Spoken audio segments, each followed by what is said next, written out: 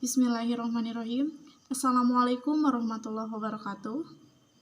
Yang terhormat dosen pengampu mata kuliah perkembangan peserta didik dan rekan-rekan sekalian yang kami banggakan. Kami dari kelompok 10 dengan anggota saya Fitriana Sri Rahayu sebagai pemateri dan moderator, kemudian Indri Mega Putri sebagai pemateri 2 dan Ajeng Arfah Azhara sebagai pemateri 3. Pada kesempatan kali ini, kami akan mempresentasikan materi mengenai karakteristik aspek-aspek perkembangan peserta didik. Materi 1 yaitu mengenai pengertian perkembangan peserta didik, aspek kognitif, aspek psikomotorik, dan aspek fisik yang akan disampaikan oleh saya sendiri. Langsung saja, di sini saya akan menjelaskan mengenai perkembangan peserta didik. Perkembangan berkenaan dengan keseluruhan kepribadian individu anak, karena kepribadian individu membentuk satu kesatuan yang terintegrasi. Secara umum dapat dibedakan beberapa aspek utama kepribadian individu anak, yaitu aspek kognitif, aspek motorik, sosio-emosional, bahasa, moral, dan keagamaan. Yang pertama yaitu aspek kognitif. Aspek kognitif adalah salah satu aspek perkembangan manusia yang berkaitan dengan pengertian atau pengetahuan, yaitu semua proses psikologis yang berkaitan dengan bagaimana individu mempelajari dan memikirkan lingkungannya. Kognitif, perkembangannya diawali dengan perkembangan kemampuan mengamati, melihat hubungan, dan memecahkan masalah. Kemudian berkembang ke arah pemahaman dan pemecahan masalah yang lebih rumit. Aspek ini berkembang saat anak berusia 6-7 tahun. Berikutnya yaitu tahapan perkembangan kognitif, meliputi yang pertama, tahap sensori motor, yaitu pada usia 0 sampai kurang lebih 1 tahun. Pada tahap ini, tingkah laku anak ditentukan oleh perasaan atau senses dan aktivitas motorik. Yang kedua yaitu tahap operasi awal atau pre-operasional, yaitu pada usia 2 sampai 6 tahun. Pada tahapan ini, anak mulai menggambarkan kejadian-kejadian dan objek-objek melalui simbol termasuk simbol-simbol verbal bahasa. Kemudian yang ketiga ada tahap operasi konkret, yaitu dari usia 7 sampai 11 tahun. Pada tahap ini, skema kognitif anak berkembang, terutama berkenaan dengan keterampilan berpikir dan memecahkan masalah, baik itu masalah rumit maupun masalah yang sederhana. Yang keempat dan sekaligus yang terakhir yaitu tahap operasi formal. Pada tahap operasi formal ini yaitu pada usia 12 tahun ke atas. Pada tahap ini anak memiliki kecakapan berpikir simbolik, tidak tergantung pada keberadaan objek secara fisik. Berikutnya yaitu aspek perkembangan fisik. Secara umum, fisik berarti bentuk atau postur atau perawakan. Jadi, pertumbuhan fisik adalah pertumbuhan struktur tubuh manusia yang terjadi dalam kandungan hingga ia dewasa atau mencapai tingkat kematangan pertumbuhannya. Proses perubahannya adalah menjadi panjang atau pertumbuhan vertikal dan menjadi tebal atau lebar atau pertumbuhan horizontal dalam suatu proporsi bentuk tubuh. Pertumbuhan sebelum lahir dimulai sejak terjadinya pembuahan atau fertilisasi antara sel telur dengan sel sperma yang kemudian berkembang menjadi embrio. Pertumbuhan fisik sebelum lahir akan dilanjutkan dengan pertumbuhan fisik setelah kelahiran, yang akan menyempurnakan struktur dan fungsi dari dimensi fisik peserta didik. Ada 2 hukum pertumbuhan fisik yang berlaku umum dan menyeluruh menurut Satoto tahun 1993, yaitu hukum Cepalo-Caudal dan hukum Proximo-Distal. Menurut hukum Cepalo-Caudal, maka pertumbuhan dimulai dari arah kepala menuju ke kaki. Bagian kepala tumbuh lebih dahulu daripada daerah-daerah lain. Kematangan pertumbuhan juga berlangsung lebih dahulu bagian kepala, kemudian melanjutkan ke bagian-bagian lain dari tubuh. Selanjutnya yaitu aspek perkembangan psikomotorik. Perkembangan motorik sangat berkaitan erat dengan perkembangan fisik anak. Motorik merupakan perkembangan pengendalian gerakan tubuh melalui kegiatan yang terkoordinir antara susunan saraf, otot, otak, dan spinal cord. Perkembangan motorik yang sempurna menopang dalam melaksanakan tugas perkembangan anak pada umumnya, terlebih lagi bagi kalangan tertentu yang menggunakan kecerdasan motorik sebagai tumpuannya, seperti olahragawan dan profesional. Psikomotorik dan motorik memiliki definisi yang berbeda. Secara umum, motorik adalah gerak, sedangkan psikomotorik adalah kemampuan untuk bergerak. Materi selanjutnya akan disampaikan oleh Saudara Ajeng Arfah Azahra. Kepadanya disilahkan. Assalamualaikum warahmatullahi wabarakatuh. Nama saya Ajeng Arfah Azahra, nomor NPM 2021222030. Di sini saya akan menjelaskan tentang aspek perkembangan moral. Pendidikan pada tingkat dasar menjadi lembaga pendidikan awal dan sebagai pelatak dasar pengetahuan anak. Selain menjadikan peserta didik menjadi anak yang cerdas, pendidikan dasar juga harus dapat menghasilkan manusia yang baik, berbudi pekerti, dan berakhlak. Salah satu pendidikan yang mengarah pada tujuan pendidikan dasar tersebut adalah pendidikan moral. Moral dapat diartikan sebagai ajaran kesusilaan, sedangkan penggunaan kata moralitas berarti hal-hal yang berhubungan dengan kesusilaan atau Piaget dalam Sinolongan 1997. Dalam mempelajari perkembangan moral anak, marilah kita simak dua teori berikut.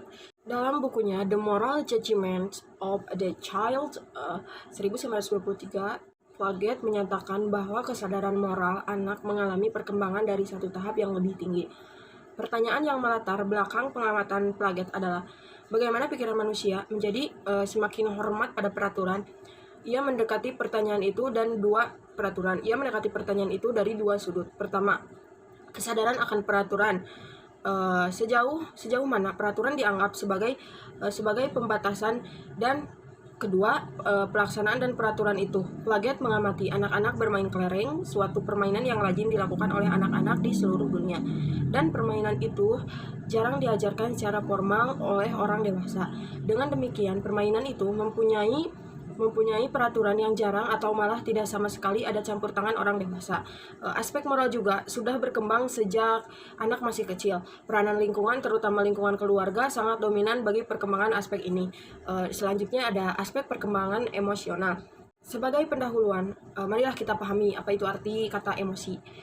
Seperti yang dikutip English, emosi adalah a complex feeling state accompanied by characteristic motor and glandular activities, yaitu suatu keadaan perasaan yang kompleks yang disertai karakteristik kegiatan kelenjar dan motoris. Emosi adalah setiap keadaan pada diri seseorang dan berhubungan dengan kondisi afektifnya dengan tingkat yang lemah maupun yang kuat. Keadaan efektif yang dimaksud adalah perasaan-perasaan tertentu yang dia alami pada saat menghadapi suatu situasi tertentu, seperti rasa senang, bahagia, benci, kangen, terkejut, tidak puas, tidak senang, dan sebagainya. Keadaan di mana seorang anak dapat menyembunyikan atau menutupi emosi yang dialaminya. Emosi yang ada pada dirinya tidak tercetus melalui ekspresi fisiknya. Misalnya rasa rindu seorang anak yang ditinggal ibunya pergi beberapa hari, namun ia hanya diam saja dan berusaha tidak cengeng meskipun emosi dalam dirinya sangat bertentangan. Selanjutnya ada aspek perkembangan sosial. Perkembangan aspek sosial diawali pada masa kanak-kanak, usia 3-5 tahun. Anak senang bermain bersama teman sebayanya. Hubungan persebayaannya ini berjalan terus dan agak pesat terjadi pada masa sekolah usia 11 atau sampai 12 tahun, dan sangat pesat pada masa remaja yaitu 16-18 tahun. Perkembangan sosial pada masa kanak-kanak berlangsung melalui hubungan antar teman dalam berbagai bentuk permainan. Dan selanjutnya ada aspek perkembangan bahasa. Perkembangan bahasa merupakan kemampuan khas manusia yang paling kompleks dan mengagumkan. Meski para ahli mengungkapkan bahwa bahasa itu kompleks, namun pada umumnya perkembangan pada individu dengan kecepatan luar biasa awal masa kanak-kanak berangkat dari hasil-hasil penelitian para ahli psikolog perkembangan. Perkembangan bahasa atau kemampuan individu dalam menguasai kosakata, ucapan, gramatikal, dan etika pengucapannya dalam kurun waktu tertentu sesuai dengan perkembangan umur kronologisnya. Terus aspek bahasa berkembang dimulai dengan peniruan bunyi dan suara, berlanjut dengan meraban. Pada awal masa sekolah dasar berkembang kemampuan berbahasa sosial, yaitu bahasa untuk memahami perintah, ajakan, serta hubungan anak dengan teman-temannya atau orang dewasa. Pada akhir masa sekolah dasar, perkembangan bahasa pengetahuan. Perkembangan ini sangat berhubungan erat dengan Perkembangan kemampuan intelektual dan sosial bahasa merupakan alat untuk berpikir, dan berpikir merupakan suatu proses melihat dan memahami hubungan antara hal. Bahasa juga merupakan suatu alat untuk berkomunikasi dengan orang lain. Dan komunikasi berlangsung dalam suatu interaksi sosial. Dengan demikian, perkembangan kemampuan berbahasa juga berhubungan erat dan saling menunjang dengan perkembangan kemampuan sosial. Perkembangan bahasa yang berjalan pesat pada awal masa sekolah dasar mencapai kesempurnaan pada akhir masa remaja. Sekian dari saya, terima kasih. Terima kasih kepada Saudara Ajeng Arfah Azahra yang telah menyampaikan materinya.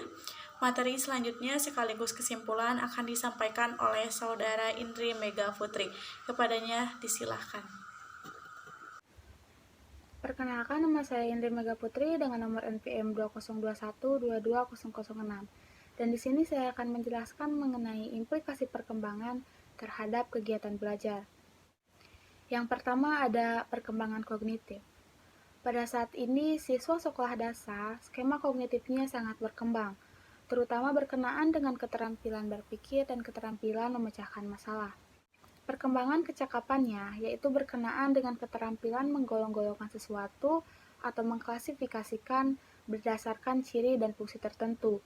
Contohnya mengurutkan sesuatu misalnya dari hal terkecil menuju yang terbesar, membandingkan benda-benda, dan memahami konsep konservasi ataupun memahami identitas. Lalu implikasi dari hal di atas adalah maka pembelajaran bagi siswa sekolah dasar hendaknya membangkitkan rasa ingin tahu, menghadapkan siswa pada gagasan-gagasan dan pandangan-pandangan baru, memungkinkan siswa melakukan eksplorasi, berpikir, dan memberikan kesempatan bagi siswa untuk berinteraksi dan berkomunikasi dengan baik dengan teman sebayanya ataupun dengan orang dewasa. Dan untuk itu, guru juga hendaknya harus memfasilitasi siswa untuk dapat belajar atau bekerja dalam kelompok kecil. Yang kedua ada perkembangan fisik. Perkembangan aspek fisik pada anak-anak yaitu terbagi menjadi 3. Yang pertama ada keterampilan-keterampilan badan yang cukup baik, otot-otot kuat, dan terkoordinasi dengan baik. Yang kedua turut serta dalam permainan-permainan kelompok. Dan yang ketiga perkembangan keseimbangan yang lebih lanjut, kegesitan, daya tahan, dan kekuatan tenaga serta keterampilan khusus. Lalu implikasi dari perkembangan siswa seperti yang dijelaskan di atas adalah maka kegiatan fisik hendaknya betul-betul disadari pentingnya bagi siswa sekolah dasar, terutama di kelas-kelas rendah. Dan selain itu pula perlu diperhatikan bahwa kegiatan fisik siswa akan turut membantu perkembangan kognitifnya. Lalu sehubungan dengan itu, dalam rangka pembelajarannya, siswa sekolah dasar hendaknya dihadapkan pada kegiatan-kegiatan yang aktif secara fisik. Yang ketiga ada perkembangan moral. Berdasarkan tahap perkembangan menurut Lawrence, perkembangan moral siswa sekolah dasar berada pada pergeseran akhir dari tahap 1 atau kepatuhan dan hukuman, tahap 2 instrumental relatif, dan menuju tahap 3 yaitu orientasi keselarasan interpersonal.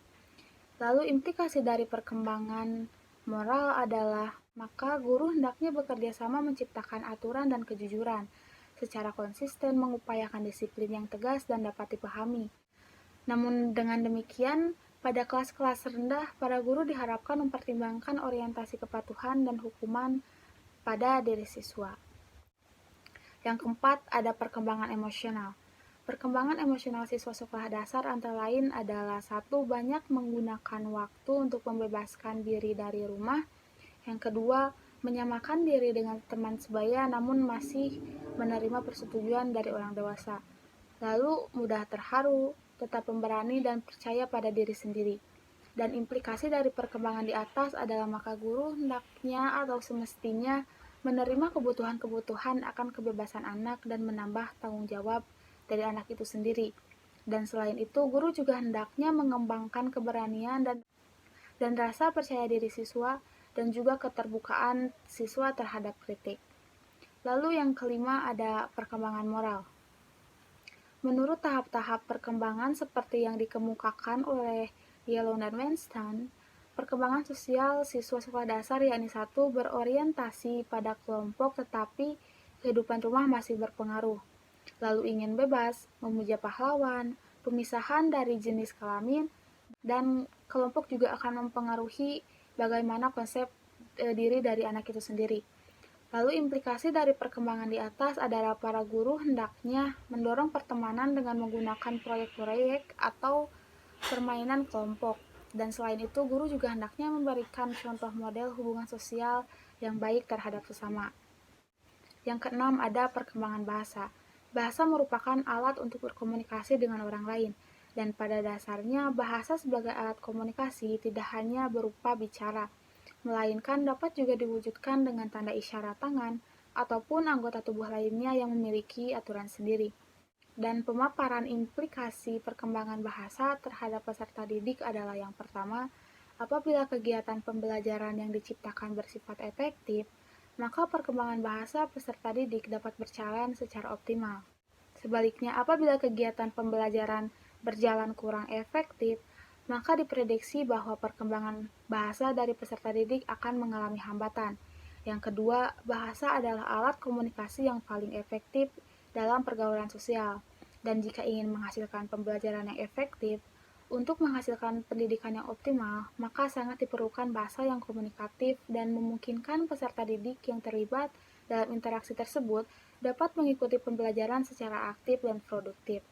Yang ketiga, meskipun umumnya anak sekolah dasar memiliki kemampuan potensial yang berbeda-beda, namun pemberian lingkungan yang kondusif bagi perkembangan peserta sejak dini sangatlah diperlukan untuk anak-anak itu sendiri.